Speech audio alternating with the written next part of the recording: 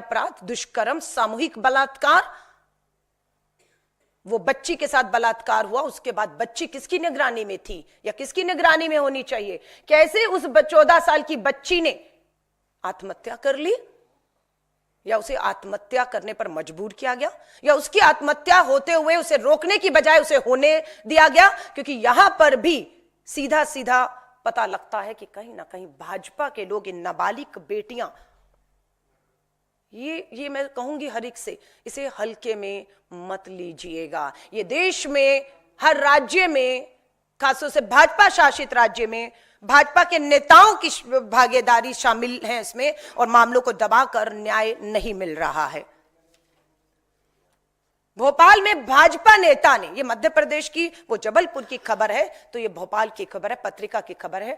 भोपाल में भाजपा नेता ने नाबालिग से किया रेप, पुलिस ने नहीं लिखी रिपोर्ट। यहां पर क्या है? नाबालिग है, यहां भी क्या है? रेप है। यहां पर भी क्या है? भाजपा की डबल इंजन की सरकार, और यहां पर भी हेडलाइन है, पुलिस ने नहीं लिखी रिपोर्ट। मध्य प्रदेश के मऊगंज जिले से बड़ा मामला सामने आया, जहां नाबालिग के साथ बीजेपी के नेता ने दुष्कर्म किया और पुलिस रिपोर्ट लिखने से मना कर रही है। कौन है ये?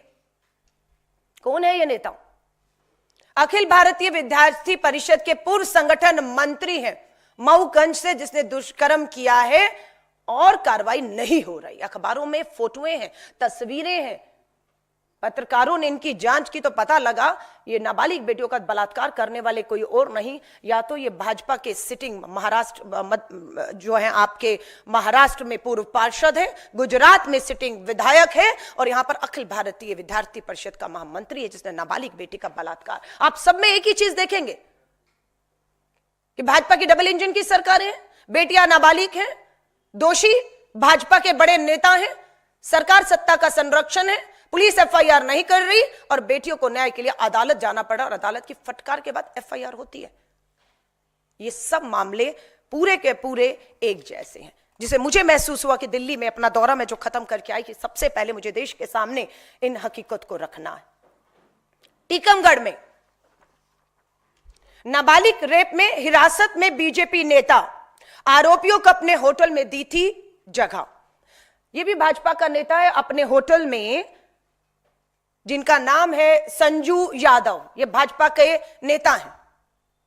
इन्होंने अपने होटल में 2 शख्स जो नाबालिग बेटी को अपहरण करके लाते हैं, जिसकी जानकारी भाजपा के संजू यादव को थी कि मेरा होटल है, बेटी लाई गई है, एक कमरे में 3 लोग हैं, बलात्कार होता है, वीडियो बनाया जाता है, और ये सब भाजपा की नेता की जानकारी में, संरक्षण में, उसी के होटल में होता है, और पुलिस एफआईआर की हिम्मत नहीं दिखाती है। यह दबाव बना, मध्य प्रदेश कांग्रेस ने दबाव बनाया। उस दबाव में मात्र क्या हुआ? अपना पल्ला झाड़ने के लिए भाजपा ने आज अपने इस नेता संजू यादव को बोला हमने पार्टी से निकाल दिया है। कब? जब कांग्रेस सड़कों पर आई, जब मामला सामने आया, तब आपने सिर्फ यह कह दिया अपने पार्टी से बाहर कर दिया, तो पार्टी से मात्र बाहर करने से न्याय मिल जाता है। सरकार आपकी है, अपराध आपकी सरकार में आपके लोग कर रहे हैं, और आप इस तरह से पल्ला नहीं झाड़ सकते, क्योंकि इसके भी तार केंद्रीय मंत्री से जुड़े हुए हैं। सो इनके होटल में जो खेल चल रहा है, उसमें भाजपा के बड़े नेता, केंद्रीय मंत्री, विधायक शामिल हैं। यही बचा रहे हैं इन्हें। अंकिता भंडारी का मामला आपको याद होगा, उत्तराखंड का। भाजपा के नेता के रिजॉर्ट में उस बेटी को गलत काम के लिए उकसाया गया, उसने मना किया, विरोध किया, और उसकी लाश मिलती है हम लोगों को। वो भी एक मामला है। ये 6 राज्यों के बाद उत्तराखंड 7वां, वो भी राज्य जो मुझे याद आ रहा है। ये मध्य प्रदेश का जबलपुर, भोपाल, टीकमगढ़, यहां के भाजपा नेताओं के। 5वां राज्य भारत की राजधानी दिल्ली, जहां पर भाजपा की डबल इंजन की सरकार है अब, लेकिन पहले से ही पुलिस, कानून व्यवस्था केंद्र के हाथों रही है पिछले 10 साल की अगर मैं बात करूं।